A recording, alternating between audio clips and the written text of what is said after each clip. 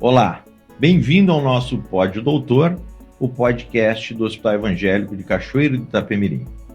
Hoje nós vamos falar de um assunto que eu tenho certeza que irá interessar muito a vocês. O assunto hoje é dor de cabeça. Quem nunca teve uma dor de cabeça, né? E para falar desse assunto, nós convidamos um profissional especialista da área, Dr. Tiago Caetano Valadão, que está aqui comigo, que é neurologista, atua no Hospital Evangélico há aproximadamente 10 anos e tem bastante experiência na área para falar desse assunto com a gente. Doutor Tiago, bem-vindo, obrigado pelo convite. Obrigado, Polido, eu que agradeço, é um prazer estar aqui com vocês. E para a gente iniciar, a primeira pergunta para o doutor Tiago é, afinal, dor de cabeça é tudo igual ou tem diferença, né? Tem gente que chama aí de cefaleia, enxaqueca, dor não sei o quê. Como é que é esse negócio?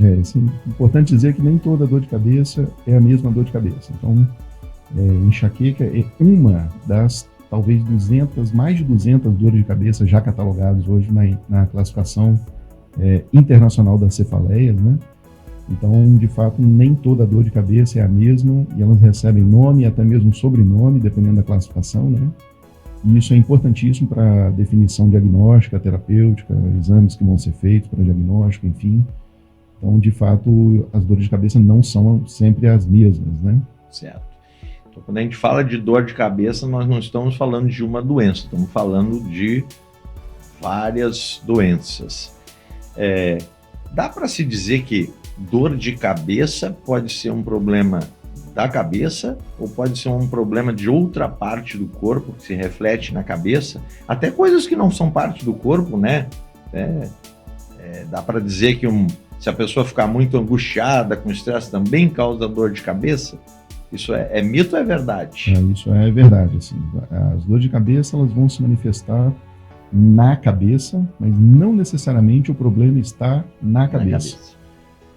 Dos mais variados motivos para essa cabeça doer, desde um contexto infeccioso, uma alteração ortopédica da coluna cervical, uma ansiedade, ou a doença ser ela própria a cefaleia de modo geral, né? Então, dores na cabeça e da cabeça se manifestam na mesma região, mas têm causas diferentes e precisam ser esmiuçadas para o diagnóstico e tudo, né? Então, essa é uma verdade, né? Não é mito, isso é verdade. Não é mito, é verdade. Já que a gente falou de mito, vou perguntar uma coisa de mito. E essa história aqui, pressão alta dói a cabeça? Tem paciente que às vezes vai no consultório e fala assim, você toma remédio para pressão? Toma, não tomo todo dia. Como é que você faz? Não, eu tomo só quando a pressão sobe. Mas você mede a pressão? Não, é quando eu sinto que ela subiu. Isso é muito frequente no consultório. Os pacientes referem que quando sente a dor na nuca, por exemplo, ou mesmo na cabeça, quando inferem que a pressão está alta, e isso tecnicamente é um mito. O paciente pode estar com a pressão de 200, 190 de pressão máxima, né? 210, 250, e está às vezes assintomático.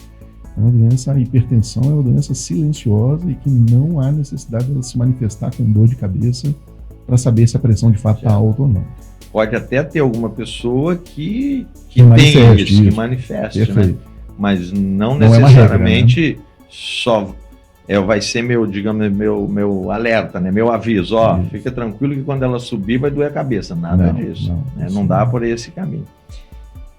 E dor de cabeça é perigoso? A pessoa fala, nossa, eu posso medir o quão perigoso ela é pela intensidade. Está doendo mais é porque o problema é mais grave, está doendo menos é porque o problema é menos grave.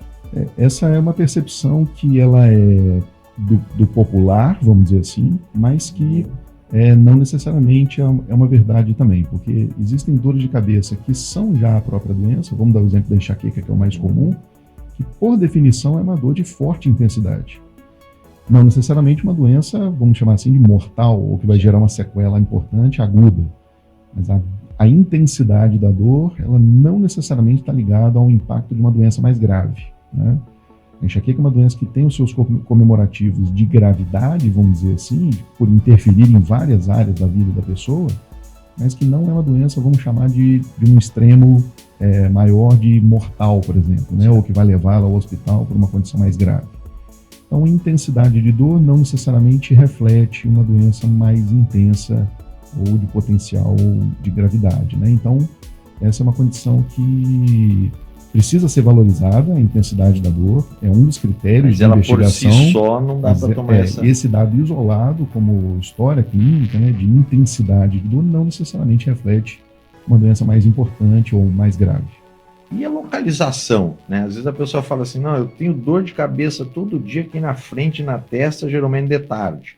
O outro fala assim, não, eu tenho uma dor aqui do lado e ela parece batendo com o coração. Uhum. Isso dá pistas para a gente saber, né, a causa do problema, né? Ou até mesmo uns podem falar assim, olha, se eu ficar tantas horas sem comer, começa uma dor de cabeça. Ou se eu comer um chocolate, isso dá pista para a gente saber a causa da dor de cabeça? Sem dúvida. Tem dores de cabeça, de novo o exemplo da enxaqueca, que tem localização muito típica, na região geralmente frontotemporo-orbitária, que é a região dos olhos, né? Nessa região mais frontal, e que esse dado é um dado específico para nos remetermos ao diagnóstico da enxaqueca. Isoladamente ele não dá o diagnóstico, mas é uma pista importante. Uma pista importante. Isso.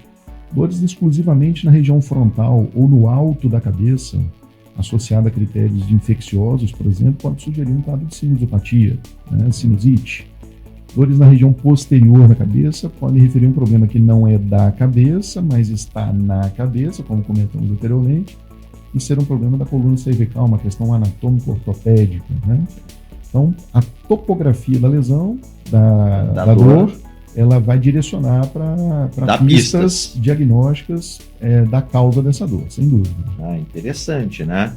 Essa questão, então, até porque quando você vai no médico, né, é importante você entender bem a dor, porque senão chega lá e fala, tô com dor de cabeça, né? Então a gente já viu que a localização, os fatores que fazem ela surgir, a intensidade, tudo isso ajuda o médico a entender o caminho que ele vai seguir nessa investigação.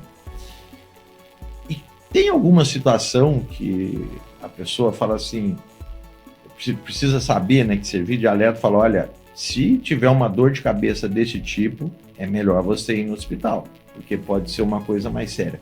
Tem alguma dica, alguma pista, assim, para a gente dar para quem está nos ouvindo? Sem dúvida. Então, os sinais de alerta ou sinais de alarme que ajudam o médico a definir se essa dor de cabeça ela é de característica primária ou secundária, sendo as secundárias, ou seja, aquelas que vêm de uma outra doença, né? Para alertar o paciente a direcionar para um atendimento mais rápido, eles são definidos por uma sigla chamada SNOOP-10, né? E esse 10 são os 10 P's, que é a letra P, né, que faz parte da primeira letra, isso do inglês, né, é um acróstico em inglês, mas que dá para ter tradução, né, enfim, que nos ajudam a definir se essa dor de cabeça está ligada provavelmente a um contexto mais grave secundário, né? Se essa dor é de início súbito, esse é o principal fator de alerta. Né? Súbito é uma coisa que iniciou assim explosivamente. Explosivamente. Uma para outra. Então, as dores de cabeça que acontecem de modo súbito, explosivo. A pessoa está bem e de repente vem uma dor. Pá. No estalar de dedo ela manifesta. Essa é uma dor que mais preocupa, né? Como uma possível causa secundária.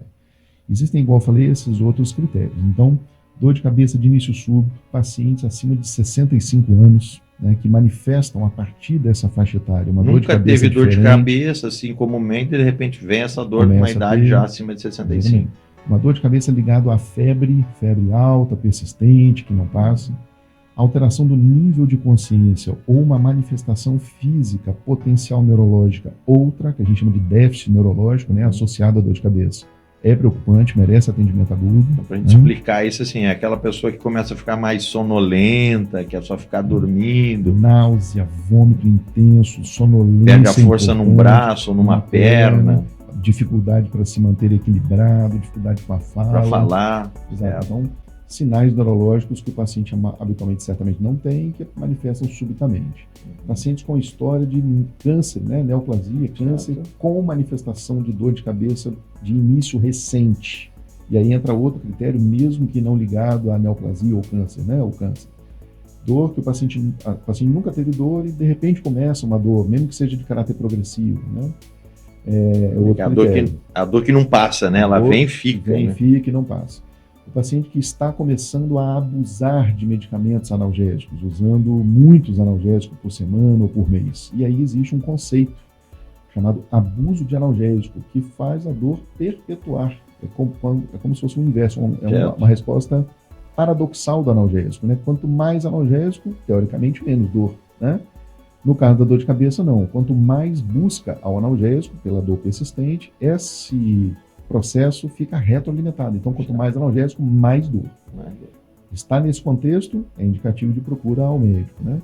Pacientes gestantes, pacientes com doenças que causam alteração da imunidade, por exemplo, portadores de HIV. E aí tem esses vários critérios que precisam ser avaliados, mas esses que a gente comentou aqui são talvez os mais comuns e mais importantes. Então, para quem nos ouve, né, se você tem algum desses critérios de dor de cabeça, ou um familiar, um conhecido, um amigo, essa é uma situação que você tem que falar, gente, acho que está na hora da gente ir para o pronto-socorro, né, porque essa situação pode estar diante de uma doença mais grave. Aí nós estamos falando de tumor cerebral, de AVC aneurisma, AVC, né, que é o derrame, né? Então, infecções do sistema infecção, a meningite, né, que pode ser uma questão séria. Então, é importante ter esse conhecimento para poder conduzir um filho, um pai, uma mãe, um avô, né, para uma unidade de emergência.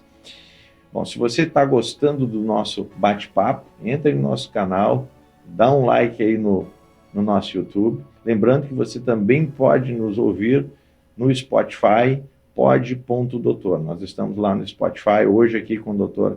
Tiago Valadão, conversando sobre dor de cabeça. Dr. Tiago, a gente já deu uma pincelada, mas vou entrar um pouquinho mais no assunto enxaqueca, né? Que é conhecido como uma dor de cabeça crônica, né? Aquela que a pessoa fala, minha dor de cabeça não tem cura, eu vou ter que conviver com ela. Então, assim, primeiro, não tem cura mesmo? Não tem cura, mas tem tratamento com efetivo controle, com melhora da qualidade de vida do paciente. Certo. E também, assim, algumas pessoas, é correto dizer que você pode descobrir, em caso de enxaqueca, aquilo que seja o que desencadeia, o que liga ela, e você conseguir combater isso, inclusive facilitar nesse controle? Sem dúvida, esse inclusive faz parte do tratamento não farmacológico da enxaqueca. Não é só dar remédio. Não é só dar remédio, é esmiuçar critérios gatilho para essa dor, que são muito frequentes, muito comuns, né? Existem gatilhos alimentares, gatilhos emocionais, gatilhos ligados ao sono, ou seja, privação de sono. Certo. Privação da alimentação, o jejum prolongado pode desencadear a crise de enxaqueca. Então, cada paciente vai ter uma manifestação muito própria, muito individual. Isso é muito individual. Então, tem que ser pesquisado literalmente caso a caso. Conversar muito mesmo, esmiuçar o caso. E a gente lança a mão de uma ferramenta que é simples de ser feita pelo próprio paciente, que é um diário de dor. Então, o paciente manifesta o número de crises que ele tem por mês, ele faz uma anotação livre, demanda, num calendário, num papel livre, ele fica à vontade, mas que de alguma forma ele demonstre quantas crises tem tido por semana ou por mês, e se eventualmente teve algum gatilho, qual foi. Como é muito individual, às vezes o paciente não tem gatilho nenhum. Ela se manifesta porque tem que se manifestar. Outros não, tem gatilhos muito específicos. Eu já tive pacientes em consultório que relataram, todas as vezes que eu como chocolate eu tenho dor de cabeça. Quando eu não como, eu não tenho. É um possível gatilho. Agora, somente vai ter a dor do tipo enxaqueca, principalmente, quando come o chocolate? Não, ela pode se manifestar independente desse critério. Certo. Só que alimentando o chocolate, sabidamente eu vou ter a dor, esse é um critério para a gente poder ajuda a tratar, eliminar esse fator gatilho. Né? Mas isso é muito complexo, essa definição demanda tempo, muita observação por parte do próprio paciente, de um familiar próximo, não é necessariamente uma observação médica, porque geralmente é o dia a dia do paciente, né? E a confecção do diário de dor, ela é fundamental, assim, no acompanhamento, tanto mesmo com o tratamento medicamentoso, ou a despeito de qual seja o medicamento usado, para saber a efetividade do tratamento, se está correto, se o caminho a seguir é esse mesmo. Perfeito. E aí tem esses fatores gatilhos, sim, sem dúvida. Bom, outra pergunta, né, que os pacientes sempre ficam angustiados eu tenho que fazer uma investigação para dor de cabeça sempre? Eu tenho que fazer tomografia da cabeça, ressonância da cabeça? Quais são os critérios, assim, ou se é que existem, né, para a gente falar, acho que vamos ter que ir para o neurologista fazer uma investigação. Os pacientes, quando chegam ao consultório, geralmente eles chegam com uma dor já mais frequente, né? Então, uma dor esporádica, raramente o paciente vai procurar um médico, ou aquela que se resolve com analgésico simples, né? Uma vez que o paciente procura um atendimento médico por conta da dor de cabeça, e essa dor é frequente, e, como comentamos antes, tem os sinais de alarme, né? Que direcionam a gente para fazer uma investigação através de exames, aí a gente lança a mão. Se o quadro clínico do paciente for um quadro clínico muito típico de uma cefaleia primária, por exemplo, enxaqueca ou outras, né? E não manifesta sinais de alarme, muitas das vezes os exames são até secundários. Certo. A gente guarda isso para um segundo momento ou para caso apareça um sintoma que direcione lá para os sinais de alarme, né? Então, se o paciente tem um histórico de ser tecnicamente saudável, jovem, não ter os manifestos sinais de alarme nitidamente, tem um quadro clínico, vamos usar o exemplo da enxaqueca, por ser a mais comum, muito típico de enxaqueca, já de longa data, que também é muito frequente. Às vezes mulheres chegam ao consultório com dor de cabeça há mais de 10 anos, às vezes sempre com o mesmo padrão de dor. Certo. Esse é outro critério de sinal de alarme. O padrão é sempre semelhante, muita longa data, isso é um fator que que nos tranquiliza nesse sentido, né? Não há nenhum déficit neurológico, sinal de alarme, então os exames são tecnicamente não é mandatório fazer investigação. O exame que é feito é o exame físico, geralmente até o fundo de olho, o neurologista, apesar do oftalmologista ser o detentor do fundo de olho, o neurologista também faz. Né? Para avaliações específicas, mas nada que não seja feito extra-consultório, né? E a partir daí, independente do exame, já é possível instituir um tratamento, caso, de novo, por exemplo, seja uma enxaqueca ou alguma outra cefaleia primária, né?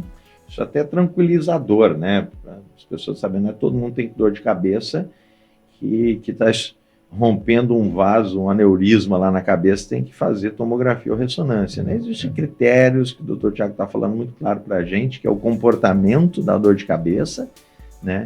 E os sinais de alertas relacionados à dor de cabeça. Eu vou te fazer uma pergunta daqui a pouco, vai ser um bate-bola, né, que eu acho que vai ajudar também as pessoas que estão ali, matar a curiosidade de algumas coisas. Mas em relação a tratamento, né, tomar remédio, o que a gente chama de analgésico comum? Assim, o remédio, estou com dor de cabeça. E outra, é diferente tratar uma enxaqueca de uma dor de cabeça, por exemplo, porque a pessoa teve febre e está com dor de cabeça? Porque, vamos pegar de trás para frente, né? Se o paciente tem um contexto infeccioso e manifesta dor de cabeça, o sintoma da dor de cabeça ele é secundário ao contexto infeccioso. Então, por exemplo, a dengue, né? É o mais dor comum, de cabeça. E fala agora. Então, se o paciente tem dengue, tem dor de cabeça, ele vai amenizar a dor com algum analgésico, mas enquanto aquele processo infeccioso, inflamatório da dengue não se resolve, o contexto da dor vai se perpetuando, então vai sendo feitos alívios sintomáticos, né? No caso da enxaqueca, por exemplo, que é uma dor de cabeça muito frequente, muito comum, é feito o que a gente chama de escada analgésica, né? Então, eventualmente, alguns pacientes começam com os ditos analgésicos simples, dipirona, paracetamol, aspirina. Isso, eventualmente algum anti-inflamatório, né? Existem alguns anti-inflamatórios que são mais direcionados para isso, com estudos científicos, um pouco mais robustos, direcionando para esses padrões de analgésicos. Até é importante, talvez a gente comentou de alguns aqui que são muito comuns, mas é bom nem falar os nomes às vezes, porque senão o paciente começa a usar e abusar desses analgésicos anti-inflamatórios, o que pode causar danos secundários, né? Mas bem usados e bem indicados, os anti-inflamatórios, alguns deles têm o seu papel analgésico, ditos analgésicos simples. Isso é para aliviar a dor? Para alívio mais sintomático. Agora, numa dor do tipo enxaqueca, muito frequente, esses analgésicos não são específicos para o quadro de enxaqueca. E aí existem, no caso da crise da enxaqueca, o tratamento específico. Sempre que eu comentei que tem o tratamento não farmacológico, né? A identificação de gatilhos e tudo. Esse é o tratamento não farmacológico. O tratamento farmacológico da enxaqueca é dividido em dois tipos, vamos dizer assim, que são feitos simultaneamente, né? Que é o tratamento da crise, o dia da dor, né? E o que é interessante, apesar de não ter cura, é a instituição de um tratamento preventivo. Para não desenvolver. Para não ficar manifestando crises tão recorrentes. Então, o objetivo do tratamento preventivo são dois: diminuir a frequência da dor, espaçar o período entre uma crise e outra e diminuir a intensidade. Interessante. E aí sim os analgésicos, não necessariamente os mais específicos ou os ditos simples, vão passar a fazer um controle melhor da dor. Uma crise de enxaqueca, pessoa que já tem o diagnóstico e tudo, se ela tiver uma prescrição médica adequada, ela consegue controlar em casa? Consegue. Isso é muito é o objetivo, inclusive. Sim. A ida ao pronto-socorro, ela pode ser, às vezes, vamos dizer assim, entre aspas, até mais danosa. Uhum. Isso gera estresse do paciente, horas de espera, às vezes, por um atendimento. O ambiente do hospital para o paciente é um ambiente inóspito, né? Barulhento, muito luminoso, com cheiros fortes, o que incomoda muito o paciente com enxaqueca. Então, assim, alguns casos são de tratamento hospitalar de urgência, justamente não tem jeito, não ter resolveu. Diagnóstico, às vezes tem que ir, ou o paciente tem uma comorbidade específica que precisa ser diferenciada mais agudamente. Mas o objetivo do tratamento é puramente ambulatorial, o paciente tratar em casa, né? Certo. Ou seja, às vezes nem tratar, porque se ele tiver de fato tratado, ele não vai ter não vai ter essa crise intensa. Então, intensa e tudo mais. Então, perfeito. Esses são os objetivos a serem alcançados com a instituição do tratamento, lembrando, da enxaqueca. Uhum. Você vê que nós estamos falando de enxaqueca, porque de fato é muito frequente. Os outros tipos de dor de cabeça, eles têm características diferentes. A maioria dos tratamentos são ambulatoriais. Algumas têm características muito próprias, que têm que ser tratadas no hospital. Só que aí, possivelmente, às vezes até um tema para outro podcast. Sim. Né? Que é exceção. Uma exceção. A maioria é para tratar em casa. Exatamente. Mesmo essas que têm essa característica hospitalar, também têm o seu papel de analgésico ambulatorial, domiciliar, mas que alguns tratamentos bem específicos são feitos a nível de pronto-socorro. Mas essa é outra história, não são dores de cabeça frequentes, é um grupo populacional muito específico, né, enfim. E em se tratando das cefaleias primárias mais comuns, enxaqueca, a cefaleia ou dor de cabeça, né, do tipo tensional, são as duas extremamente frequentes em consultório, elas são perfeitamente passíveis de tratamento em casa, né, e é o objetivo a ser alcançado, inclusive. Agora eu vou fazer esse bate-bola aí que eu falei. Problema de visão pode dar dor de cabeça? Essa também é outra queixa e pergunta muito frequente, né? Muito difícil isso. O paciente pode ter um grau de miopia, por exemplo, extremamente avançado e isso não provocar dor de cabeça, né? Não tem uma ligação tão específica. Apesar disso, doenças específicas do globo ocular, por exemplo, o glaucoma, podem se manifestar na região frontal e ocular, confundir o diagnóstico com dor de cabeça com essa manifestação, e aí é um sinal de alarme, tem que ser valorizado. Mas erros de refração, né, miopia, astigmatismo, muito raramente vão ser especificamente a causa da dor. E aí eu brinco com os pacientes que assim, porque se isso fosse uma verdade, o neurologista prescreveria óculos, né?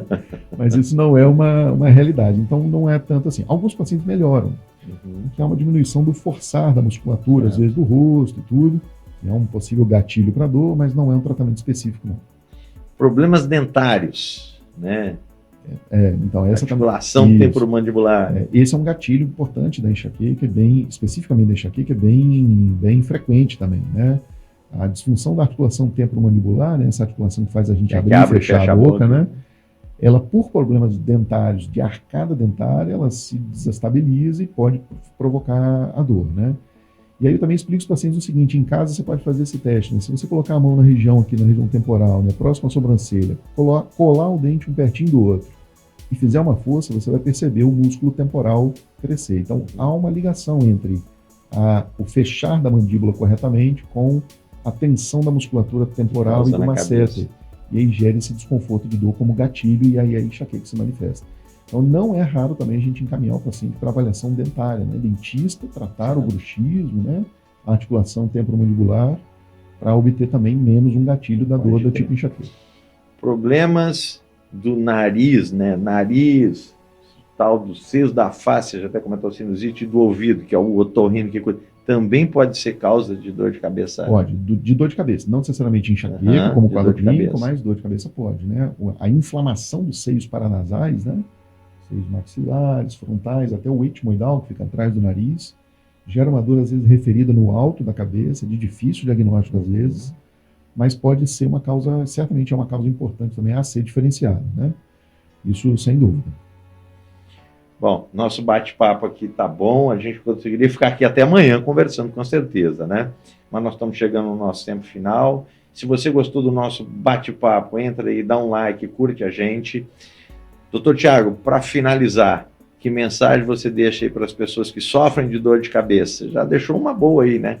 Que pode não ter cura, mas tem controle. Sem dúvida. Enxaqueca e outras dores de cabeça, elas são doenças muito frequentes, acometem a vida das pessoas, atrapalham o dia a dia, causam mal-estar, trazem problemas psiquiátricos, psicológicos para o paciente, mas isso não é de se afligir, tem que procurar o atendimento correto, fazer o tratamento corretamente, a qualidade de vida do paciente melhora, e melhora muito com isso, dos familiares, o paciente volta a ganhar atividades fora de casa, melhora a condição de desempenho no trabalho, né, deixa de procurar o hospital frequentemente em momentos até de lazer, por conta de um tratamento ou não feito, ou dito mal feito dessa dor, né? Uma mensagem que dor de cabeça não é normal, precisa ser investigado, pode se refletir uma doença mais grave, ela própria pode ser a doença. Então, feita essa investigação, diagnóstico, um tratamento correto, o paciente lida melhor com essa dor, consegue ter uma qualidade de vida melhor. Vive melhor, né? Vive melhor, com o controle, pelo menos o controle, né, sintomático dessa condição que é bem importante assim, no dia a dia das pessoas. Espero que você tenha gostado do nosso bate-papo. Doutor Tiago, muito obrigado por estar aqui com a gente para falando de dor de cabeça. Um abraço a todos.